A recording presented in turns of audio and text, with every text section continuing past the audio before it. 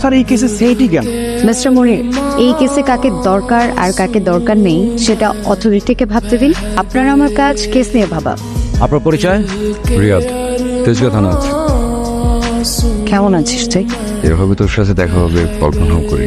যোগাযোগ তো তুই করিসনি, এত রাত তো ফোনই ধরিস না আমার। তুই কি আগের চেয়ে সুন্দরী হচ্ছিস নাকি? আমি আগে থেকে সুন্দর ছিল।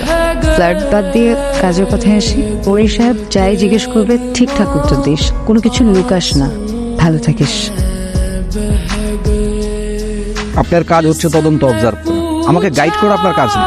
আমি আপনাকে গাইড করার চেষ্টাও করছি না। আমার মনে হয়েছে তাই বলছি। আপনি হয়তো জানেনই না এসআই রিয়াদ আসলে কি। অপরাধী, পুলিশের চাকরির সহযোগিতা নিয়ে ড্রাগের বিজনেস করে। টাকার জন্য অন্তত এসআই রিয়াদ এইসব করবে না। অভাবে পড়লে মানুষ কত কিছু করে। আপনার কি মনে হয় শিল্পপতি নিজাম সাহেবের একার অভাব হতে পারে? হোয়াট?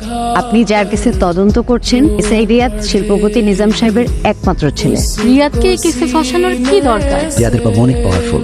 নিজের ছেলেকে পাচারের জন্য চুপ টাকা দিয়ে সে হচ্ছে ধামাচাপা দেওয়ার চেষ্টা করবে। আর রিয়াদ ছেলের সঙ্গে কামাই করতে পারবে না। তোর নিয়ে বেরোবে। আয় তালা, তোর তো দেখি অনেক বুদ্ধি। আমি যেভাবে বলছি ওইভাবে কথাগুলো বলিস, ঠিক আছে? বুঝলেন রিয়াজ সাহেব, আজকে তদন্ত করার মুড নেই। চলেন সবাই মিলে গল্প গুজব করি। শুরু থেকে বল। আপনি তো পুলিশে জয়েন করেছেন, শত হোক শিল্পপতি বাবার একমাত্র ছেলে। এত প্রফেশন থাকতে পুলিশে গেলেন।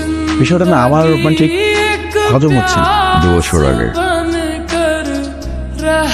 এবার মনে হয় আপনার একটু শক্ত হওয়ার প্রয়োজন আছে, কারণ বারবার ভুল করলে সেটা ভুল থাকে না, সেটা হয়েছে অপরাধ। সরি শোনো, এদিকে আসো। গুড মর্নিং বাবা। ওনাকে চেনো? চিনব না কেন? Police commissioner Enayet uncle. উনি কেন আসছে তুমি জানো? তুমি কি কালকে রাতে 300 ফিটে গাড়ি নিয়ে গিয়েছিল? গিয়েছিলাম। গাড়ি চাবি দাও। আজকের পর থেকে তুমি আর গাড়ি ড্রাইভ করবো না। কানে গেছে কথাটা? না ওই গেট ক্লোজ।